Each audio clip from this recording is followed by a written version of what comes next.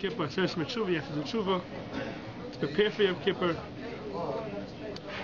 And we find the Achronim say that a person has a certain Averis that he knows he did. He knows for sure he did that, he knows there's something wrong with them, and he has to Tshuva on those Averis. Then you have Averis that you're not sure if it's an Aver or not. So if someone's not sure if he did an Aver or not, you would say that Avera is less of an Avera than the Avera that he knows for sure he did. But we find not that way. We find, and they're being right, the Chayim say that if someone has a Shafik Avera b'yadoi, he's not sure if he did an Avera or not, he's not sure if it's an Avera, he needs more tshuva than a Vade Avera. Now what's the Raya? The big guy from Rosham Tolui and a Carbon Chata. So Rosham Tolui, it costs, you have to pay 2 sloim for it costs more. And a Chata, you pay 1 selah for it costs less. So the big Raya that for a Safek Avera needs more tshuva than a Vade Avera. That's what they say. And the question is why? It is logical. Huh? Logical, actually. It is logical. Makes sense. Why? To me, because if it's assured that you're aware of it, then you'll probably do tshuva. If it's a suffix, you feel bad about it. Roughly, so it's a suffix, you don't feel. You get everything. Okay, very good. Even though one avera is, for sure you did the avera, so it seems like it's a bigger avera, and the other one you're not even sure if you did an avera. It seems like it's a less of an avera. And you always judge yourself favorably. You always judge yourself favorably, correct? So. And also, the avera is one you made by mistake. In any case, it wasn't intentional because you can't bring a chatas for an intentional. But amazing, yeah. So yeah. Already it's a mistake. So let's go to explain what this means. Why? When you're saying it's the same halach, I'll explain what it means. Why is it by unintentional by avera, which you're not sure if it did an avera, it's asham talu, which is 2 slow, and a chatas is 1 selah. There's a famous Rabbi Yerucham in Pashas Vayishlach. The Yerucham writes Pashas Vayishlach and says, and this is a famous story in life, and it's known already. I just want to go into a little bit more. It says by the Ma'aseh with Dina and Shechem, so when they came to Dina and they wanted to convince her to come to Shechem, so it says, "Tidbach nafsha b'Dina bas Yaakov v'yehav bas Hanayra v'yedaber al leiv Hanayra." It says that he spoke to the leiv of the Naira, to the heart of the Naira. What does that mean? He spoke to the heart of the Naira. What does that mean? And Rabbi Yerucham goes and explains Oversite, which I think we're all very familiar with, and it's Ma'asim B'chol Yom, happens every single day to all of us. And he gives an example. Someone's going into a store to buy a suit, and he says, "This time when I'm going into the store, I'm not going to let the guy convince me to buy something I don't want to buy. And I know he's going to convince me to buy this in the suit. But I'm telling you now, I'm going into the store, I'm not going to let him convince me to let me buy that suit." You go to the store, you're looking around, the guy comes over to you with a big smile and says, "Oh, this suit is perfect for you." And before you know it, you walk out of the store holding that same exact suit that you said you're not going to buy. Huh? Plus 2 more. Plus 2 more. Plus 2 more. You've been to my tailor. Huh? You've been to my tailor. What happened? Before you walk into it, you say you're not buying that, and you know for sure I'm not buying it. And then you walk out holding that exact suit. Why? What happened? Says Rabbi Yerucham, there's something called seichel, and there's something called leiv. The seichel, you're right. The seichel understands you shouldn't do this, you shouldn't do that, and then there's something called the leiv. When someone comes and talks to the leiv, there's no logic involved. When it comes down to the leiv, there's no logic involved. So you go into the store, the seichel is saying you're not going to go ahead and buy this and this thing, and when you come into the store, all of a sudden what takes over? The leiv. The owner of the store is not talking to your seichel. He's not talking sense. He's saying how nice it's going to look on you. You know it doesn't look nice, and he's trying to convince you. And now he's talking a leiv hanayra, says the Rebbe Yerucham. Dina knew what she was doing. What she was doing was 100% wrong. She would have thought about it for a second. There's no chance she would have done it. So how did Shechem get her? He went ahead and he spoke a leiv hanayra. He went and spoke directly to her heart. And then he got her, and that's how he was able to get her to do the Avera. And a similar thing, Rabbi Chanan, in the end of Kavod Oris, has a whole arichas about a very similar thing. It says, we say in davening every day, don't go after your eyes and after your heart and after your eyes. And he says, the Gemara dashes over there, what does it mean, zoom minus? That's someone who's a min, who's a kaifer b'Hashem. And Rabbi Khan asks, what do you mean, zoom minus? Levavchem is minus? Someone who's a kaifer b'Hashem, he disagrees that there's a Eirish on the world. He's coming with svara. He's coming with seichel. And he's explaining, right? And he's saying the reason why they have the whole big boom theory and all the scientists go through their theories to explain how everything works without the existence of Hashem. So it's seichel. They're going with seichel. He asks me more, and he says, we know that a kid, when he comes to a mitzvah, right away there's a chiyuv, the imayim Hashem. Right? One of the animamins is that the imayim Hashem, it's a mitzvah, say, one of the sheish mitzvah is k'midyos. The 6 mitzvahs they have to do the whole time. One of them is to be imayim Hashem, to believe that Hashem created the world. Now, a kid is by mitzvah, asks Rabbi Chanan, it's a 13-year-old boy, doesn't get by mitzvah, and right away he has a chiyuv to believe in Hashem. And he says, Aristotle was a big pikeach, and for years and years he was working on this, and he didn't believe in Hashem. How do you expect a kid, 13-year-old kid, to go right ahead and believe in Hashem? That's his kasha. Kids are more pure, more innocent. So, but Aristotle wasn't. He was corrupt from day one. So what? He was corrupt. Right? He was corrupt. What to do with the seichel? Aristotle brought rayas. He was a philosopher. He had rayas. He was convincing people, right? So a kid, how does a kid go ahead, a 13-year-old kid, be able to go ahead and fight all the rayas, all the proofs of Aristotle? That's question. He doesn't go through the law. Huh? He doesn't think that much. So how do you expect to believe in Hashem?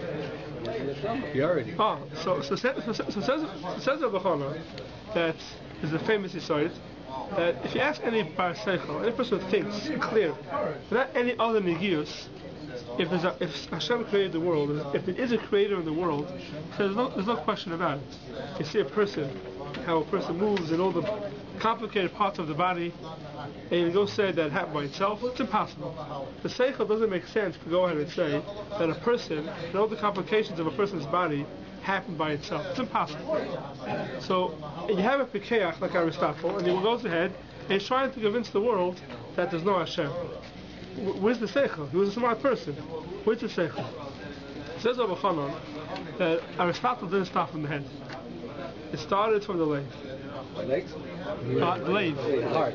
It started from the leg, from the heart.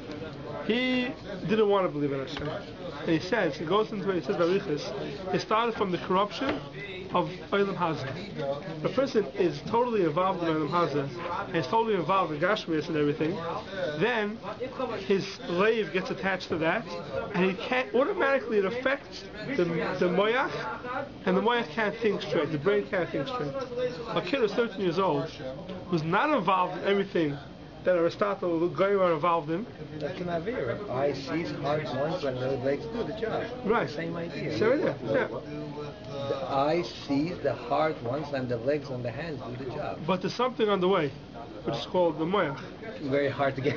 Which is the moyach, which is when the lave is the one that's doing everything. It's getting affected. It's not dealing with the moyach. So Rabbi Chanan, Aristotle, the people made the mistake to even say there's no Hashem in the world, and they're coming with Sfaris. The reason is because it started in the lave. The Surah Al-Vavchem says Rabbi Chanan, Zoom minus. Where does minus start from? It says any bar seichel, any person a little seichel understands that the galaxies and everything didn't happen by itself. It's impossible to happen by itself.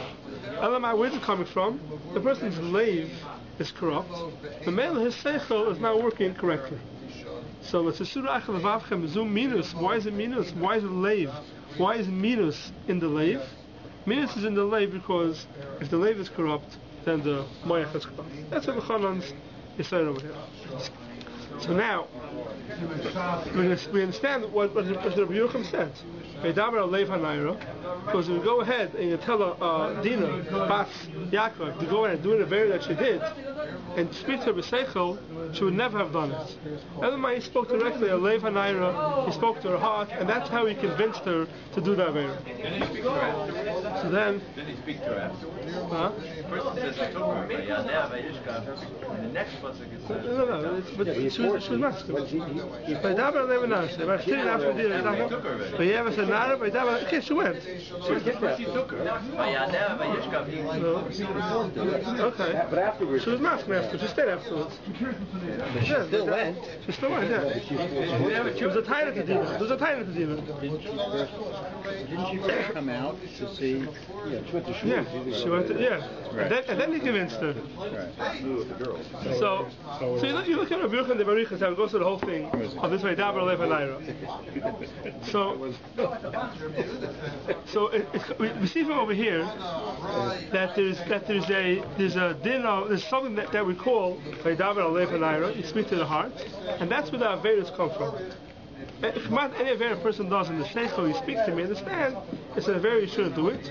And why did he do the Avera? He didn't go through a Seichel. He went straight to the Lev and reacted. But we know there's something called addictions. A person gets addicted to something, and he can't break the addiction. You speak to a person in Seichel, he says, you're destroying your life. He understands that. So what happens? Alright, doctor says, don't do this, don't do that. He understands it's wrong. And this is the doctor's office. It works for around an hour or two. And then later on, he goes back. He understands. Doctor says, don't do this, or chasam, you're going to have a heart attack, let's say. And the person, he'll listen for a couple of minutes. And then, as the weeks go on, he's not doing it. Why? He understands his life is at stake. What's going on? The answer is, we all know the answer. The answer is, we're not thinking with our seichel. It's the leiv, it's the reaction that's our leiv is doing, and that's why we're doing all the things we shouldn't be doing. It's totally the leiv, not the moyach. This is all very good when something we know for sure is wrong. Then it's only the leiv that's doing it. Something we're not sure if it's wrong. If it's suffix to us if it's wrong, I'm not sure if I did an avera, then already we're going from the leiv, and even the moyach is not 100% correct. Right? So now we're getting into a place where even the moyach is maybe it's corrupt a little bit. I'm not sure if it was an avera or not. Now already it's the moyach also. But once it's the moyach. But isn't this, in the case where you're bringing a Ashram Talib, isn't this in a situation where there's no way to determine, it's not a subjective thing of saying, okay, I should have lit at this time, or I should have davened at this time, but maybe I have a lenience of 6 minutes. In the case of Ashram Talib, I thought it was where you have two pieces of meat. Correct. And they're identical, and nobody can identify whether... The case of Ashram Talib is you have two pieces of fats. One's chelev and one's shuman anymore. There's 8 one of them. 8 one, you don't know which one you ate. You're right. The case of Ashram Talib is there's no way for you to identify which is this. Nobody in the world could do it. Right. But from there so why is there some Talib 2 slow? And the chat is 1 selah. From there, the Achronim being a raya, that the suffix avera is worse. A suffix avera is worse. Why? Because, that's what I explained now. Suffix avera is worse because you won't go ahead and try to correct it as much as avada avera. And the reason is because avada avera, there's one problem. It's the leiv. It doesn't get to the moyach. I know, sure it's an avera, but seichel, you know it's an avera, you'll correct it. Eventually you correct it. A suffix avera is even a problem with the moyach. Well, a suffix avera, you're going to rationalize. Right. That's not an avera. That's moyach. You'll never correct. That's right. I'm saying that gets involved in the moyach. That gets involved. Right. That gets involved in the moyach, in the brain. It's interesting. The Chana brings down over here that the Baal Tumim, a goy, was nishal me'echad mechachmei agoyim. One of the chachmei agoyim asked the Baal Tumim, and he says to him, I don't understand. It says by you in the Torah, Acher Ravam Lahatos. Right? They go bas a roiv. Now, you, Klal Yisrael, are a mute amongst the world. Right? You have your shita, so you're a mute. We are the roiv. Chayshir bottle beroiv. That's what he asked him. A goy should come, right? This is the question, right? He said, we have roiv deis, and we believe our beliefs. You, Klal Yisrael, are mute. So you should bottle beroiv. That's what he asked him. Good question. Right? What would you answer to that question? Very good. Very good. So he answered back and says, Bittul B'Roiv is when there's a suffix. When you're not sure, there's a Bittul B'Roiv. If it's a Vadai, there's no Bittul B'Roiv. Right? That's how Yiddish couple looks at it. It's a Vadai. There's no Bittul B'Roiv. That's what we answered. Once you have Sfeikis, then you end up with a Bittul. Maybe Bittul B'Roiv. That's the code in a Vadai Chet and a Suffix Chet. A Vadai Chet, there's no bittul. You know for sure it's an aveira, there's a tshuva, and you stay away from it. A suffix chet, you run into problems. Maybe, it's not an aveira. So, when someone's coming to the tshuva, what's the first step of tshuva? We all know the first step of tshuva is charata b'leiv.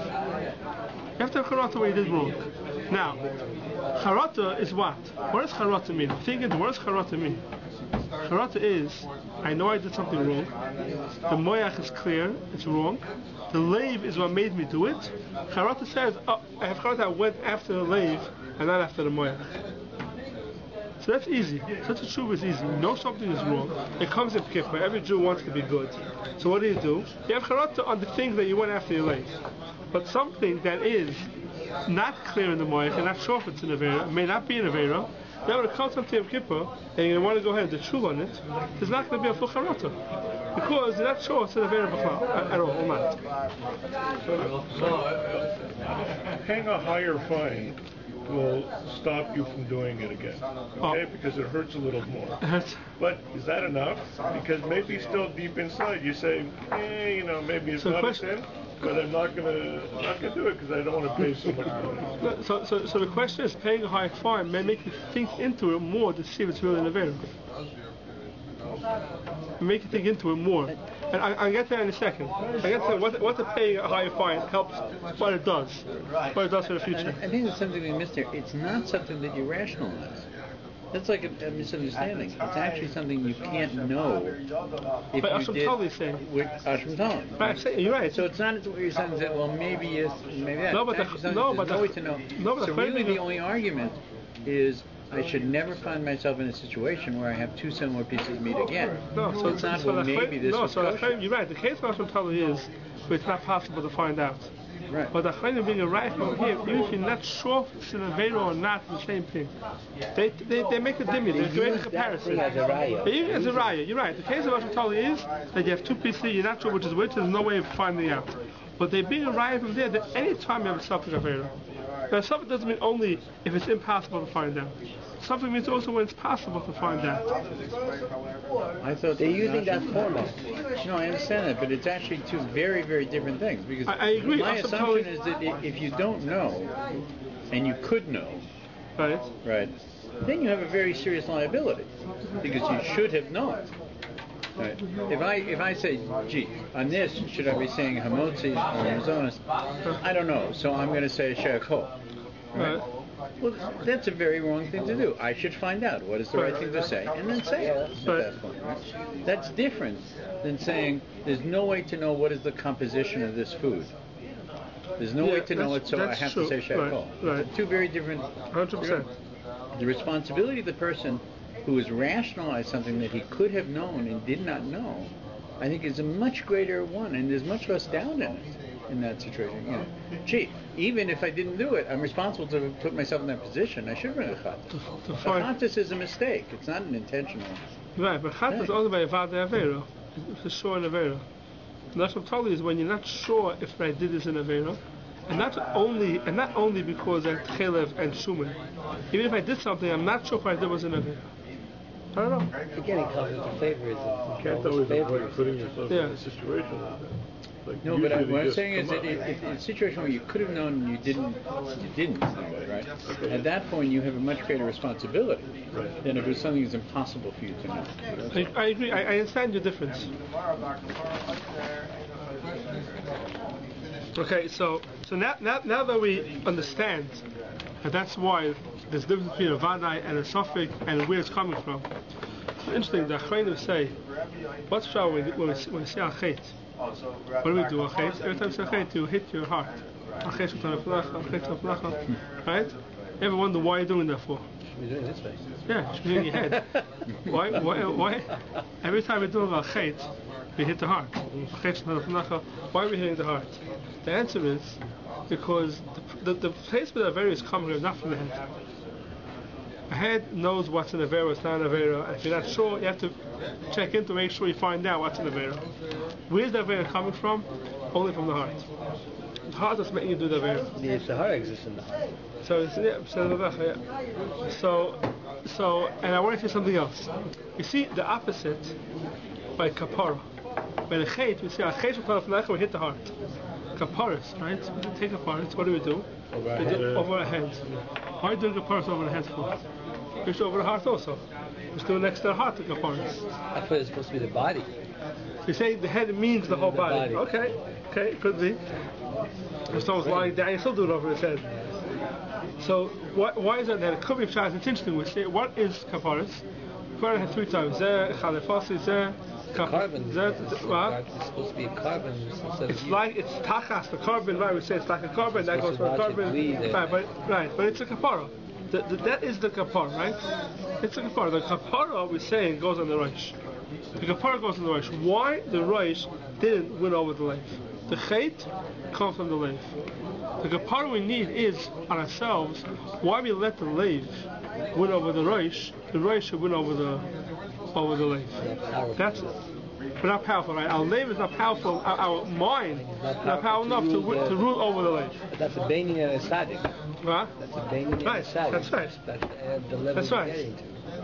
It's interesting. When we do kaparas, we say 3 things. Ze chalefasi, ze tumurasi, and ze kaparasi. Right? 3 things. Ze chalefasi is a ches.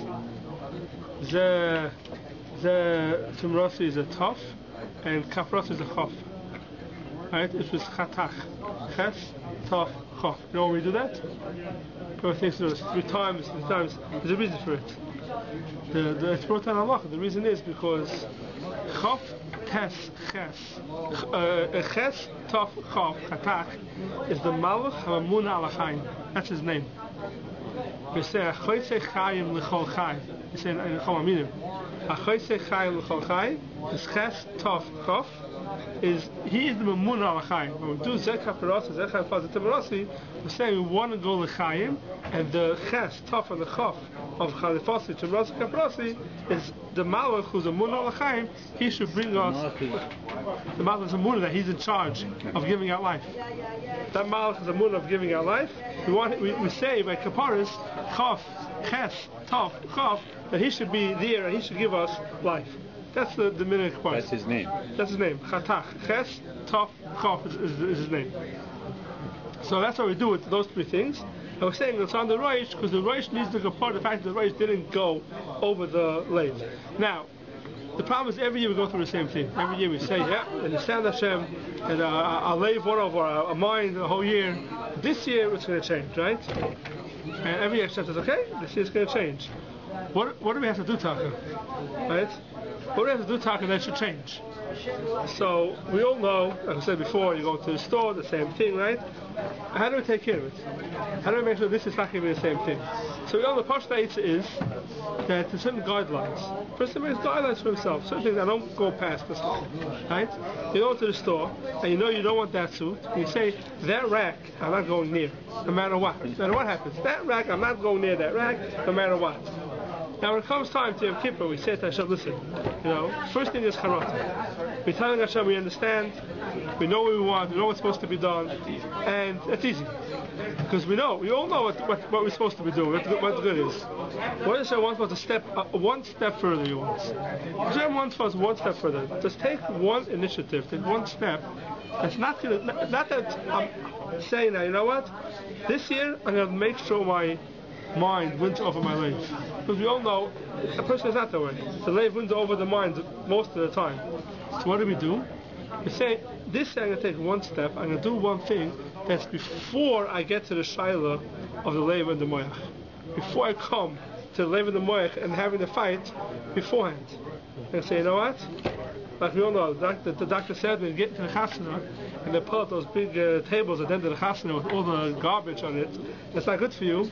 So, I'm going to be there, I'm going to be good, I'm not going to let I'm not going to take anything, and then we all know what happens is a few minutes later, you took this, you took that, a little bit of this, a little bit of that, and you shouldn't. What do? You know what? When it comes to, I'm out. I'm leaving, and I'm not going to get myself into that issue. That's the way of doing it. Don't put yourself into the massive. All Hashem wants us in Kippur is, first of all, charata. We have to see, we understand, yes, it's our lave, they're one over our hearts. And every year, one little thing, a step to show that this year I'm going to make sure that doesn't happen, that there is one guideline I'm giving myself, that I'm going to make sure that I won't get myself into the matzav, that I'm going to have that fight again between the lave and the moya. That's what it wants. I know Erev Yom Kippur is a Yom Tov. Erev Yom Kippur is a Yom Tov. Right? We don't say Tachna Erev Yom Kippur. We eat. The mitzvah to eat and drink. The mitzvah to eat. So the mitzvah to eat and drink on Erev Yom Kippur is not dafka has shaykhs to the Yom Tov of Erev Yom Kippur. There's no question what the mitzvah to eat Erev Yom Kippur is. It says in the pasuk you should eat. It says about Vinisa Stafshasechem Betisha L'Chaydesh.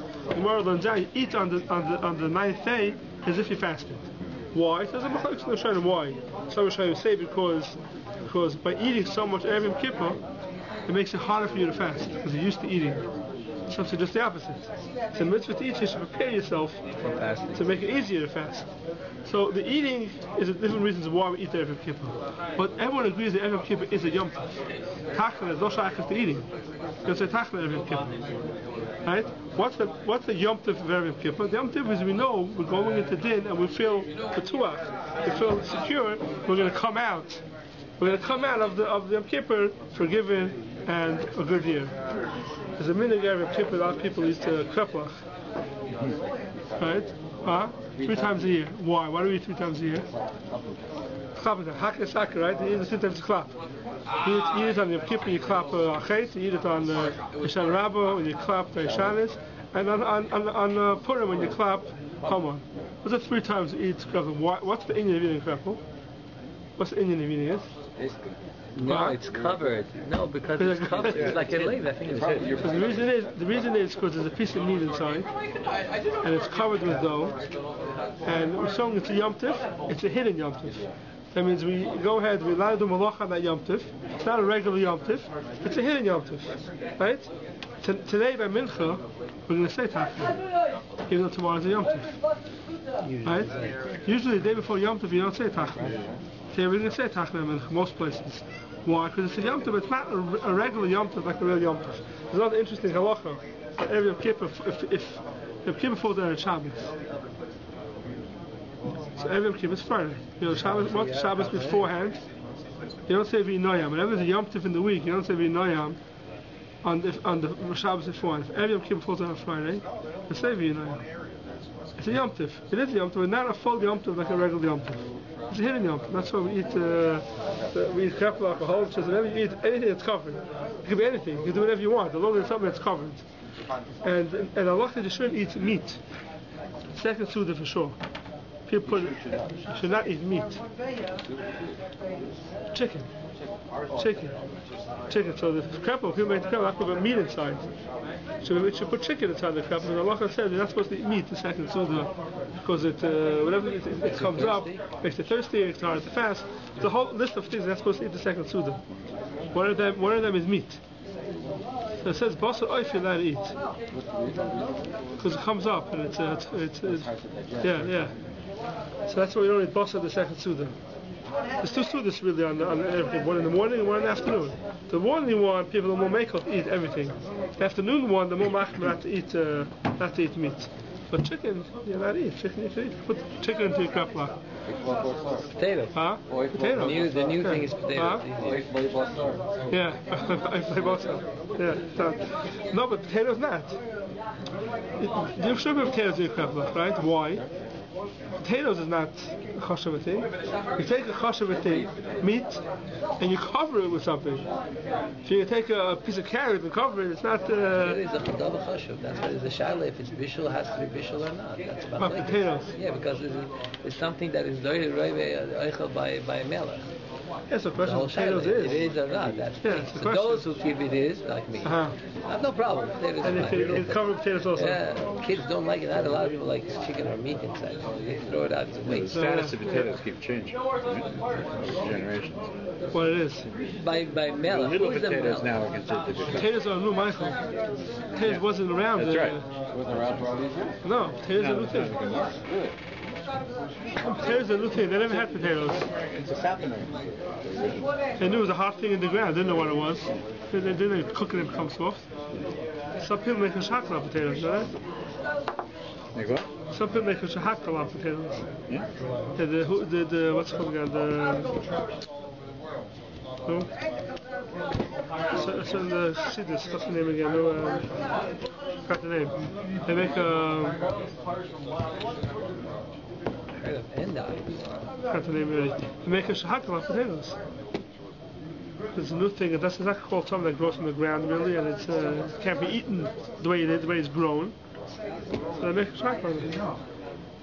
Whatever we eat tomorrow, whatever should be a Yom Tif, and we should be Zeicha, that should all be Zeicha L'Din, and should have a Gemach Shem Tov, and a good Gemach Shiach. Shkoyach,